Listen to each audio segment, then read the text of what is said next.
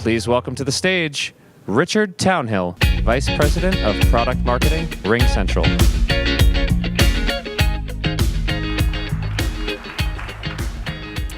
Well, good evening. Thank you very much indeed for coming out. It's actually a huge turnout tonight. It's fantastic. Thank you very much. Few pieces of housekeeping. If you're wondering where my accent is from, it used to be British. But I've lived here for 22 years. So, what I actually want to talk to you about right now is music. I am an old man. Yeah. Thank you. Yeah. There are a few of us here. When I was a kid and I went out to buy music, this is how I built my music. I bought my music on vinyl records. I loved it. It was nice and big, but it has many flaws. It was prone to fidelity issues. It had a limited number of tracks. If I wanted to listen to it, I could only listen to it at home. I had to listen to one half of the album and flip it over, and hopefully I didn't scratch it in the process. Then we moved on to the audio cassette. The audio cassette definitely improved things. It actually allowed me to take my music on the go, except that, I had to still eject it and take it out and put it back in, and then my girlfriend's car at the time used to eat the tape sometimes, so it was never good. But it did have the benefit of portability. So I could actually take this gigantic Sony Walkman, strap it to my belt like the unbelievable dork that I was, and nearly throw my back out because of the weight of it, but I could at least take my albums on the go. And then for those of you who are about my age, you'll also remember that you had to keep a pencil with you handy too, right? Right, exactly. And then came CDs. So that meant that I didn't at least have to flip it over, but it had basically the same number of songs, but the fidelity went up. So the quality of the music actually was good, although I was still listening to it on pretty crappy speakers. But nevertheless, that's what I could afford at the time, but it was actually pretty good. And the portability sort of remained the same, right? We had Discman, and you still had to work around that format of the CD, but you could basically take your music on the go. So that worked out pretty well. And then came the iPod. Now, I had the luxury of I worked at Apple for 10 years. I was there at Apple when the iPod came out. A device about the size of a cigarette packet. It contained 1,000 songs. 1,000 songs in your pocket. I could more or less take my entire music library on the go with me. But it still had a fundamental problem. I still had to go to the music store. I still had to buy music. I still had to ingest it somehow, usually through a computer, and then put it on my iPod. I did, yes. You're a little too young to remember, but you actually had to walk to a music store. You had to go to a music store. But here's the thing, and actually this is the point.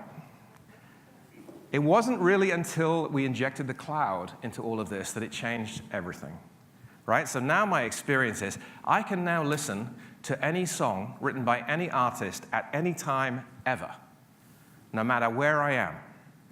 My kids were just complaining the other day because we were in the mountains and they were not connected.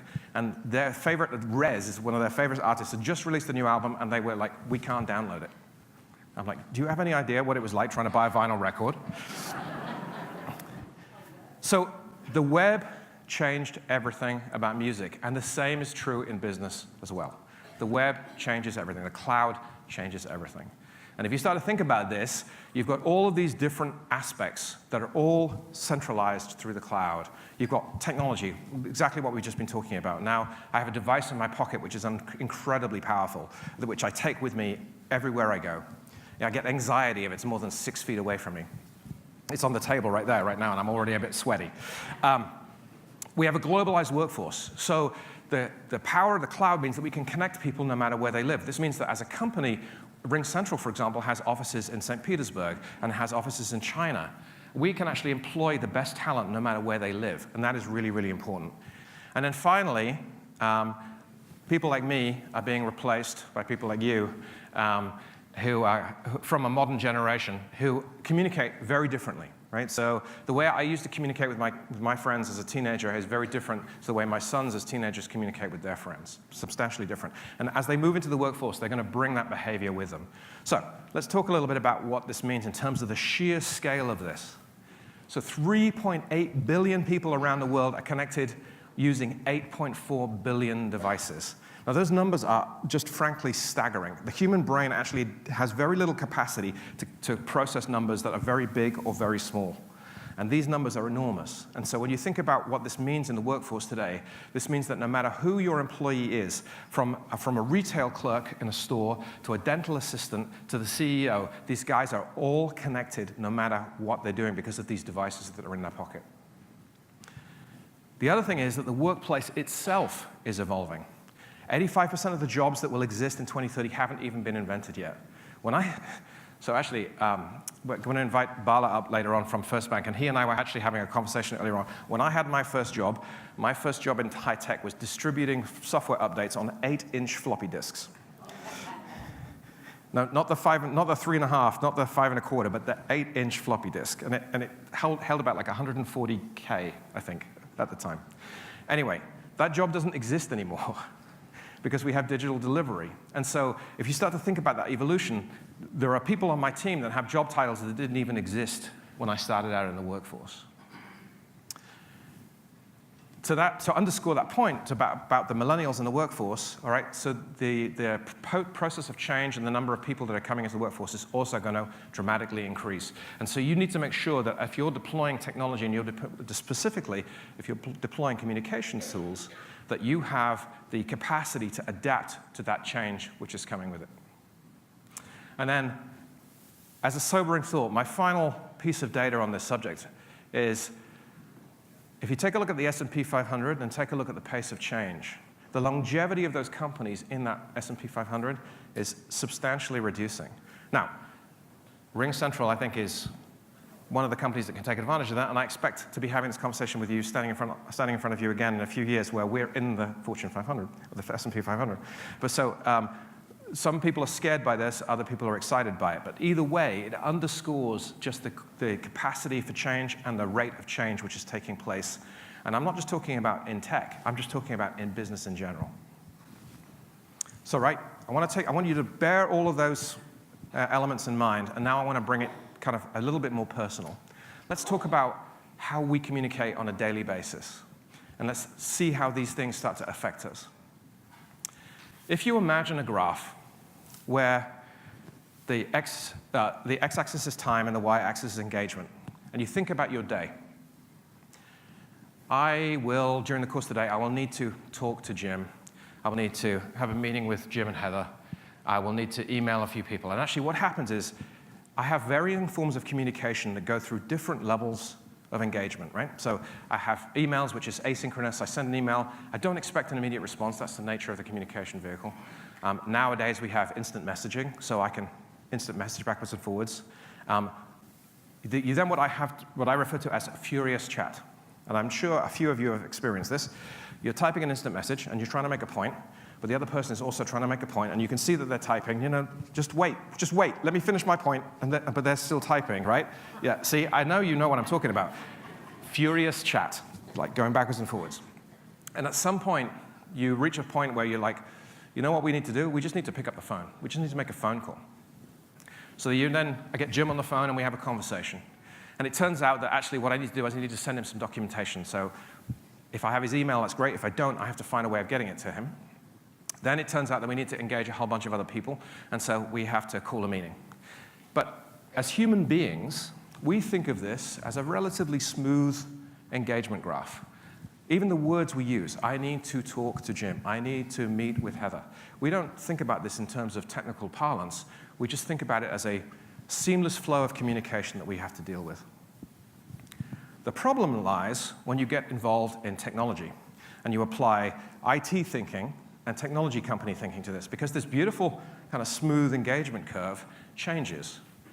It changes into these stovepipe technological modalities. And then we start injecting kind of fairly ridiculous parlance.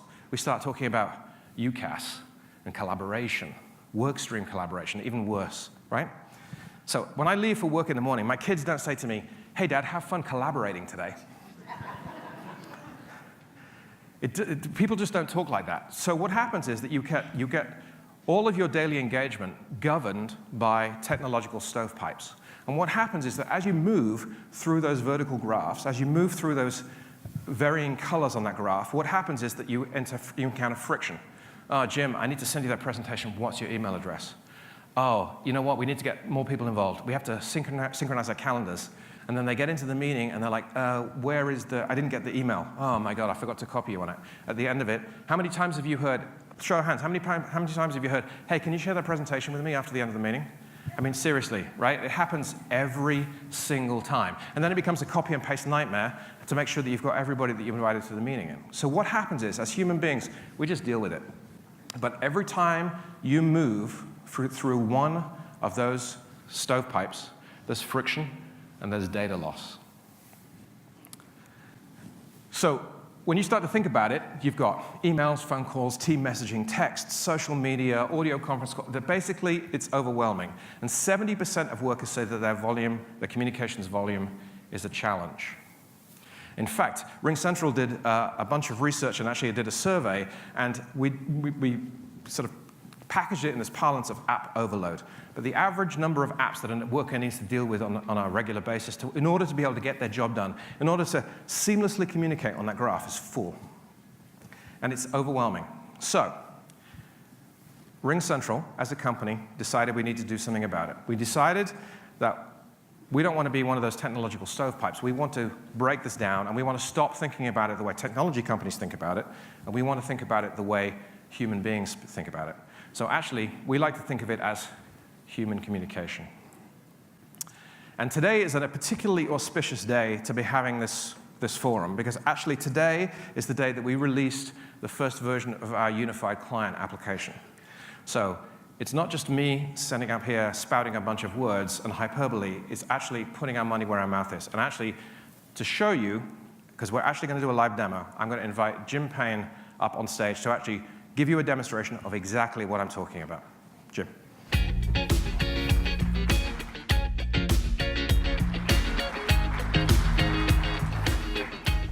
Thank you. I am so excited to be able to show this to you. We've done so much work since I started at RingCentral just to consolidate service providers. And that was so much of the conversation for such a long time. And now the conversation has changed to actually consolidating not just the service providers, but now the actual applications, which is very, very cool, very, very exciting. I'm very glad to be here doing that for you. So this is the app, right? I'm used to seeing a lot more apps on my phone normally, but this is just the one. So go ahead and open that up. Basically, we'll start with something simple, right? A chat, an instant message. Very, very simple. Something that's not complicated. We do it all the time. One of the coolest things about this to me is that I no longer have to think about an extension or someone's name or someone's phone number or what have you on a note card or a cheat sheet. All I have to know is their name. So I can go ahead and just search for Heather, because I know Heather and I are working on a really important project right now. So I'll go ahead and open up that chat with Heather. Maybe I'll ask her if she has some time to actually work on a project that we need to finalize, right? So perhaps she's free, really simple. As opposed to switching from my instant messaging client to a desk phone or to a soft phone, something to that effect, I've got everything right there. I can just go ahead and click that phone call, and then I go ahead and give Heather a call, right? Everything's there, similar call controls that you're all familiar with, you name it, right? It's a phone call. Now, on the flip side of that, which is really important, if Heather gives me a call, what I see is it actually ringing through the native application, which is very important. It's important to me, it's important to your users, especially because there's nothing that they have to reteach themselves. There's nothing they have to relearn. They're not getting in there to open a new app. It all just looks and feels the exact same. So we'll go ahead and wait for a moment, and then Heather starts to actually send a call my way. And then we'll actually see that ring through the native application. Now, one of the things you're probably worried about is how do they know it's a work call? Well, it says right there, RingCentral Audio, so they know they answer the phone call appropriately. I'll go ahead and answer that, and we see it's the exact same thing, which is really, really powerful for people. Now, simultaneously, let's say Heather and I are talking about this project, and we understand, well, okay, we're getting close, but we need to actually look at this in real time. We need to start annotating, screen sharing, doing things of that nature. So I can go ahead and escalate that right to a video call, just with the video icon, right in that single stream. Everything's stored there. Everything's always going to be in that single call. And now you get to see my face 3 times, not just here, but those places. So I apologize about that. But then I invite Heather to that, and now she gets to be in this video meeting. I can share content. I can share photos, a URL, bookmark, any files that we have. We can annotate those and collaborate on them in real time, which is very, very powerful. We can add people ad hoc if we need to, you name it. Now I'll go ahead and end this meeting. Those ad hoc meetings are very important, but also very capable of working with your calendar, which is really, really great. So if I want to go even just to this meetings tab right there at the bottom, and I can go ahead and click upcoming, synced up with my calendar. I know that we're going to be doing this demo, so I should probably dial into that meeting, don't you think? We can go ahead and dial in just via audio, just like that. It's always going to go. I don't know if you're like me, but I'm constantly dialing into audio meetings in my car when I'm not supposed to, as we all know. Fortunately, it's just going to dial it all for me. I'm sure you've done that. You're switching apps. You're like, oh, what's the code? No, I'm driving. Oh, is that a red light? Something like that. That feels all too familiar, right? Yeah, is that a cop? That's exactly right. Fortunately, we don't have to do that anymore. It's just going to do it for me, enabling me to drive and work at the same time more effectively, all right? And simultaneously with video, right? We can start that video meeting all synced up with the calendar. So it's a very, very effective tool not only for ad hoc communication, but also for scheduled communication. So I'll go ahead and end that meeting now. Now, the project we're working on is really important. Richard's the person who has to approve it. He has to make sure that we know what we're doing.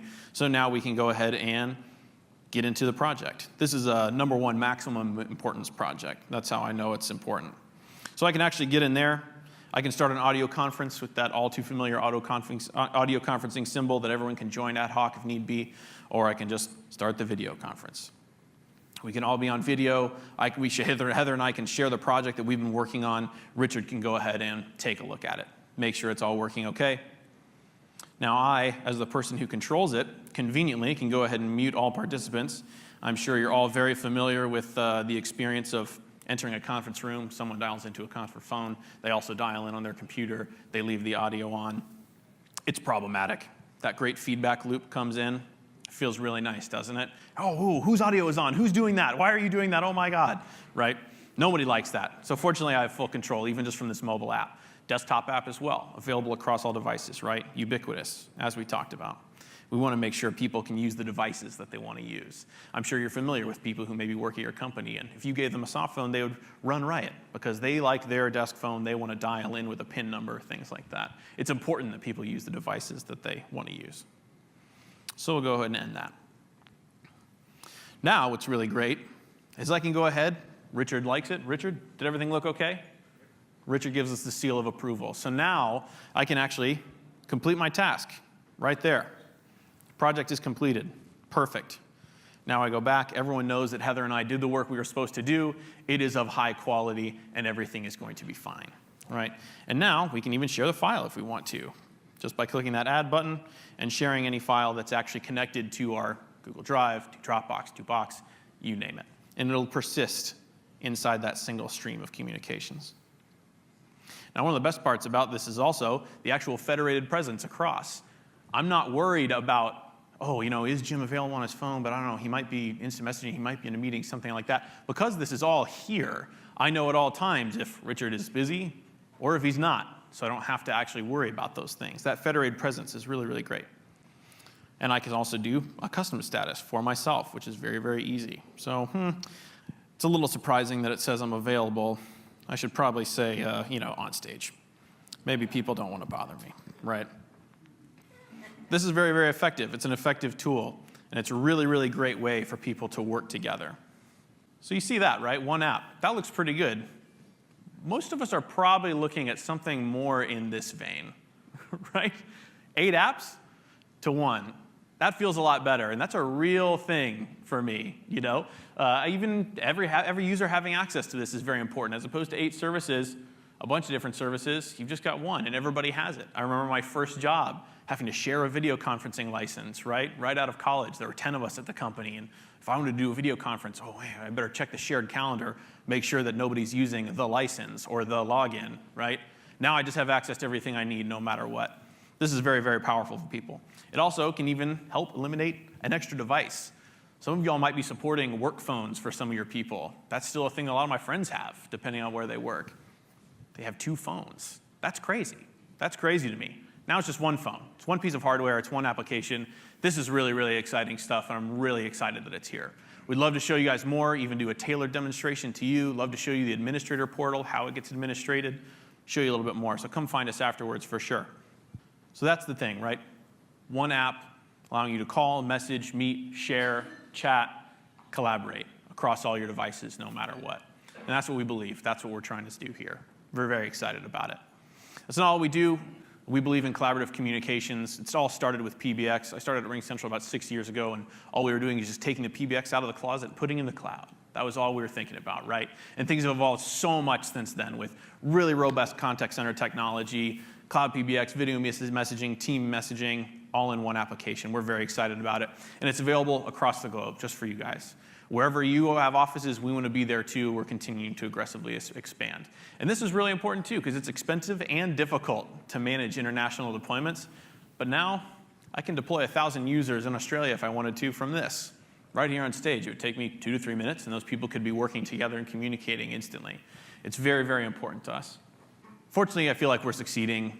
Dave Michaels is a really famous analyst in our industry, and he says that we're delivering today what most of the competition is promising, which feels amazing, because we want to be relevant. We want to be doing what people need. We want to be doing something that's powerful, that doesn't just look cool, but actually has a material impact, not only on your users, but on yourselves as well. Because if your user is your #1 customer internally, we want to take care of them, because then they're going to take care of you.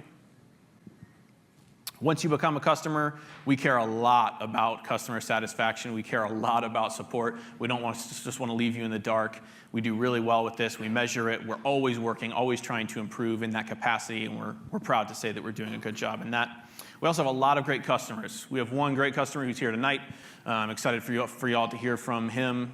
Love for you to actually look at some of these case studies as well. I'm sure you're going to see a lot of similarities between challenges that you've had and challenges that these folks have had and the way they've solved it. I think technology is always difficult, right? Change is always difficult, but the trail has already been blazed by these great companies up here and companies across the globe, small and large, so we're really excited about that. And that's our commitment. It's continuous innovation no matter what. Like Richard said, I can throw as much money as I want at my turntable. It will never be a cloud streaming service, right? We don't believe in that. We don't believe in technological ceilings. We always want to change, always want to adapt, always want to get better, no matter what. We also want to be always secure and always on, because what are we doing here if you can't make a phone call to someone, right? It always has to work. That's what we care about. And then also world-class customer care. We want you to feel good, not just pre-sale, but also during deployment and then afterwards, giving support to you, to your users, everybody. So definitely come find us, ask us questions. There are going to be a lot of great RingCentral folks. We'd love to do a custom demo for you. Please do come find us.